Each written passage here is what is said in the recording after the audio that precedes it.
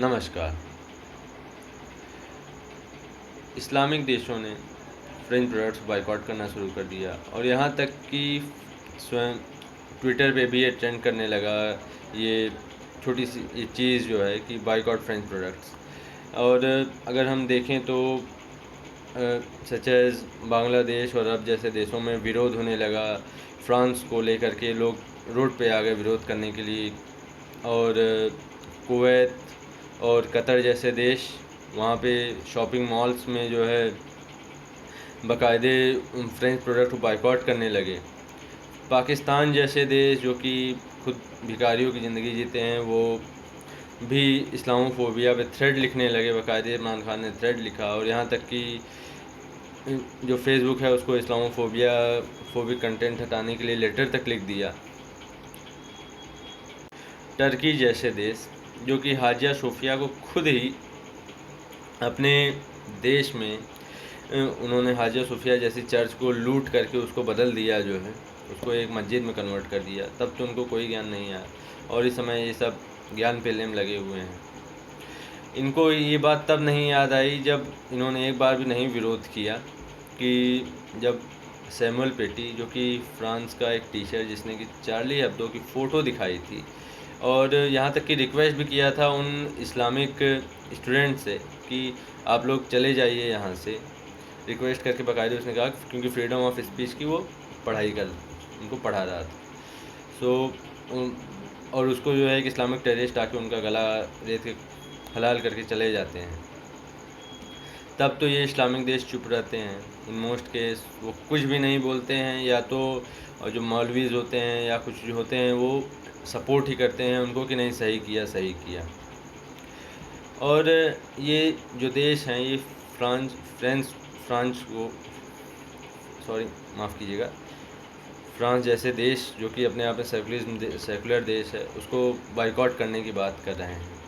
लेकिन आखिर ये कितना हद तक सही है, सवाल ये भी उठता है। और बाकी क्या फ्रांस जो कि अपनी डिग्निटी, अपनी फ्रेटर्निटी, अपनी लिबर्टी की रक्षा करने के लिए काम कर रहा है, वो क्या सही नहीं है? अगर हम अध्ययन करें और देखें तो जो फ्रांस में मुस्लिम आबादी है बिना रिफ्यूजीज़ के आए, वो 8 से 12% के आसपास कुछ सालों में पहुंच जाएगी। और रिफ्यूजीज़ के आने के बाद जनरल जो ग्रोथ हुई है Islamic terrorism versus French state में, वो काफ़ी ज़्यादा बढ़ गई है। और ये टेररिस्ट अटैक 2015 के बाद से लगातार ही हो रहे हैं, दिन प्रतिदिन हो रहे हैं। कभी सैकड़ों लोगों को मार दिया जाता है, कभी कुछ होता है अल्लाह अकबर का नाम लेकर के लोगों द्वारा। तो ये एक फ्रिक्वेंट मैनर में लगातार कंटिन्यूसली होते जा रहे हैं। तो फ्रांस को भी अपना अधिकार है कि वो कानून बना के अपने देश की सुरक्षा करे, अपने लोगों की सुरक्षा करे। इसमें क्या दिक्कत है इन लोगों को? और क्योंकि वहाँ के लोग सिक्योर नहीं हैं, वहाँ के लोग सेफ़ नहीं हैं, इसलिए वहाँ पे कानून बनाना पड़ेगा, क्योंकि वहाँ पे टेररिस्ट अटैक बहुत ज़्यादा बढ़ गए हैं और किसी भी तरीके से उनको जस्टिफाई नहीं किया जा सकता है। और जहाँ तक ये कहा जाए कि जो देश खुद अपने देश में ही, सच एज़ पाकिस्तान के जो प्रेसिडेंट है, वहाँ पे कोई भी नॉन मुस्लिम न प्रेसिडेंट बन सकता है न प्राइम मिनिस्टर बन सकता है, ऐसा कुछ वहाँ पे रूल है पाकिस्तान में। और ऐसे ही बहुत सारे इस्लामिक देशों में नियम है।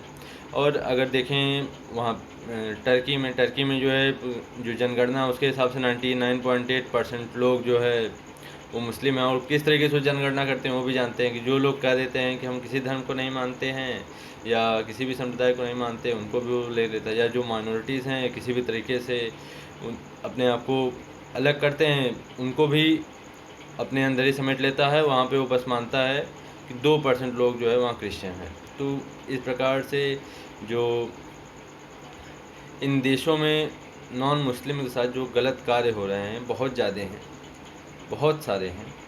और फ्रांस तो अपनी सॉवरेनिटी की रक्षा के लिए वो एक स्टेप ले रहा है जो कि मुझे लगता है कि सही ही है।